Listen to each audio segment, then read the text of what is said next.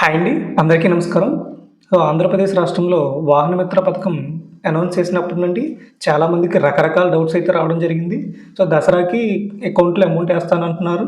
ఇంత తక్కువ టైంలో ఏ విధంగా అమౌంట్ ఏస్తారు? అర్హుల్ని ఎలా గుర్తిస్తారు? అలాగే పాత వాళ్ళు మళ్ళీ అప్లై చేసుకోవాలా? కొత్త వాళ్ళు ఏ విధంగా అప్లై చేసుకోవాలి? లైసెన్స్ ఒకరి పేరు మీద, అలాగే బండి ఆర్‌సీ ఒకరి పేరు మీద ఉంటే అమౌంట్ పడుతుందా? ఇలా చాలా రకరకాల డౌట్స్ అయితే రావడం జరిగింది. ఆ డౌట్స్ అన్నిటికి కూడా ఈ వీడియోలో క్లియర్‌గా ఎక్స్‌ప్లెయిన్ చేయడం జరిగింది. క్వెషన్ అండ్ ఆన్సర్ మెథడ్‌లో ఈ వీడియోలో ఎక్స్‌ప్లెయిన్ చేయడం జరిగింది. కాబట్టి వీడియోని చివరి వరకు స్కిప్ చేయకుండా చూడండి. వీడియో చూస్తే వాహన మిత్రకు సంబంధించి ఇంకెటువంటి సందేహాలు అనేది మీకు రాదు. కాబట్టి వీడియోని చివరి వరకు చూడండి. అలాగే ఈ ఇన్ఫర్మేషన్ మరింత మందికి చేరే విధంగా మీ తరపు నుంచి చిన్న లైక్ అయితే చేయండి. మరియు ఇలాంటి ఇన్ఫర్మేటివ్ కంటెంట్ కోసం మన ఛానల్ని సబ్స్క్రైబ్ చేసి పెట్టుకోండి. ఇక లేట్ చేయకుండా వీడియోలోకి వెళ్ళిపోదాం. ఫస్ట్ డౌట్ ఏంటంటే పాత వాళ్ళు మళ్ళీ అప్లై చేసుకోవాలా అని కొంతమందికి చాలా డౌట్స్ ఉన్నాయండి. పాత వాళ్ళు ఎవరు కూడా మళ్ళీ అప్లై చేసుకోవాల్సిన అవసరం లేదు. పాత వాళ్ళ డేటా అనేది 2023లో ఎవరైతే వాహన మిత్ర కింద అమౌంట్ పడిందో వాళ్ళ అకౌంట్‌లో గతంలో ఇది అమౌంట్ 10,000 కింద పడేది. ఇప్పుడు 15,000 కింద పెంచారు. ఎవరైతే అలా అమౌంట్ పొంది ఉన్నారో వాళ్ళ డేటా అంతా కూడా జీఎస్‌డబ్ల్యూఎస్‌పీ డిపార్ట్మెంట్ మన గ్రామ వార్డు సచివాలయాలకి సెండ్ చేయడం జరిగింది. ఈ ఆల్రెడీ వెల్ఫేర్ అసిస్టెంట్ వారు ఏం చేస్తున్నారంటే ఆ వచ్చిన డేటాని వెరిఫై చేసుకుంటూ ఎవరైతే బెనిఫిషరీస్ ఉంటారో వాళ్ళ దగ్గర ఈకేవైసీ అంటే తంబు తీసుకోవడం జరుగుతుంది. తంబు ఎవరైతే పాత వాళ్ళు ఉంటారో ఒకసారి మీ సచివాలయంలో కనుక్కొని మీ డేటా వచ్చిందో లేదో తెలుసుకోండి. ఒకవేళ రాకపోతే గనక మీరు కొత్తగా అయితే అప్లై చేసుకోవాల్సి వస్తుంది. కొత్త వాళ్ళకి ఆల్రెడీ అప్లికేషన్ అయితే స్టార్ట్ అయింది. ఈ రోజు నుంచే స్టార్ట్ అయింది. అంటే 17, 18, 19 కేవలం 3 రోజులు మాత్రమే ఉంది. కాబట్టి తప్పకుండా సచివాలయంకి వెళ్ళి అప్లై చేసుకోవాలి.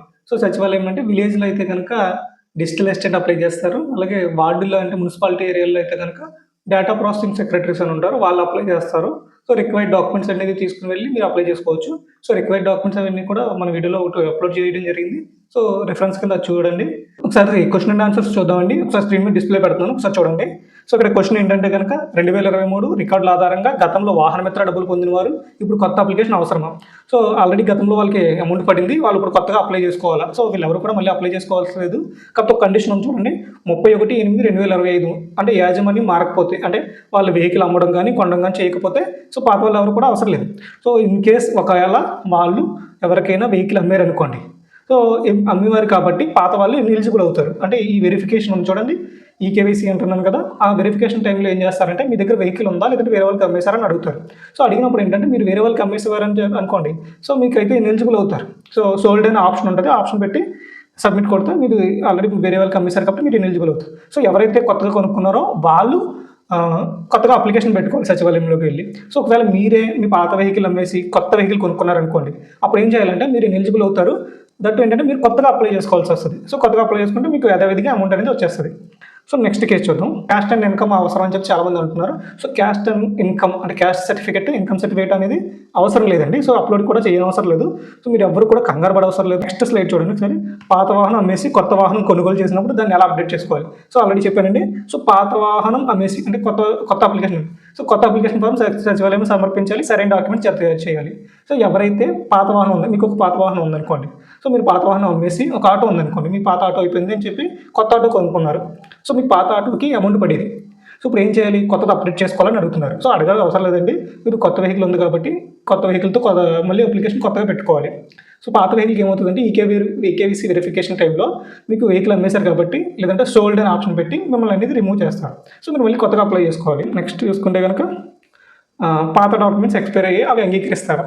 పాత డాక్యుమెంట్స్ ఎక్స్పైర్ అయినాయి. అంగీకరిస్తారా లేదని అడుగుతుంది. లేదు. ఆర్సీ కానీ ఫిట్నెస్ కానీ ఇన్సూరెన్స్ కానీ కొత్త డాక్యుమెంట్స్ మాత్రం ఉండాలి.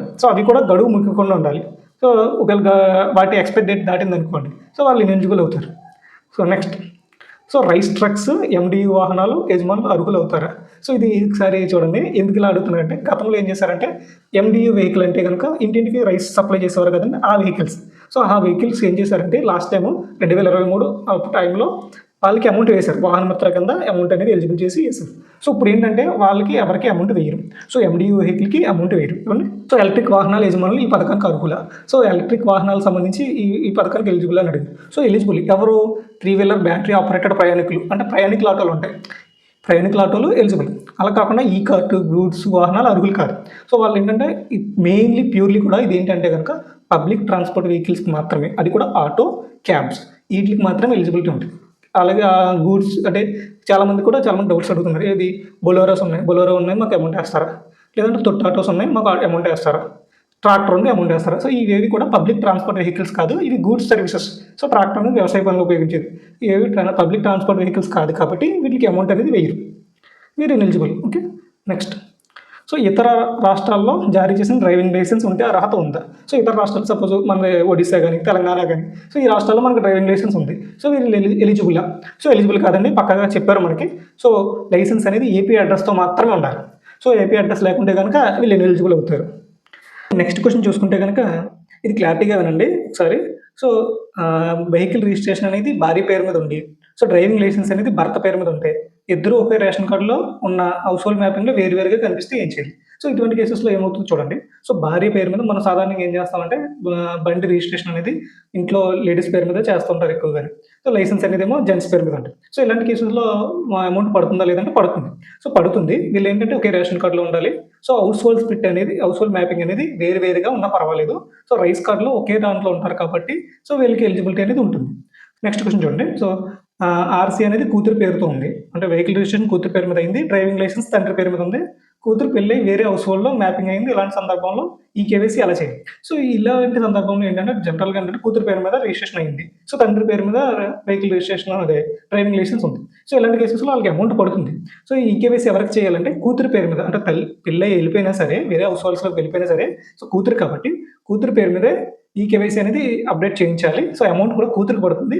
వీళ్ళిద్దరూ డిస్కస్ చేసుకొని కూతురు అమౌంట్ అనేది తండ్రికి ఇవ్వాల్సి వస్తుంటది.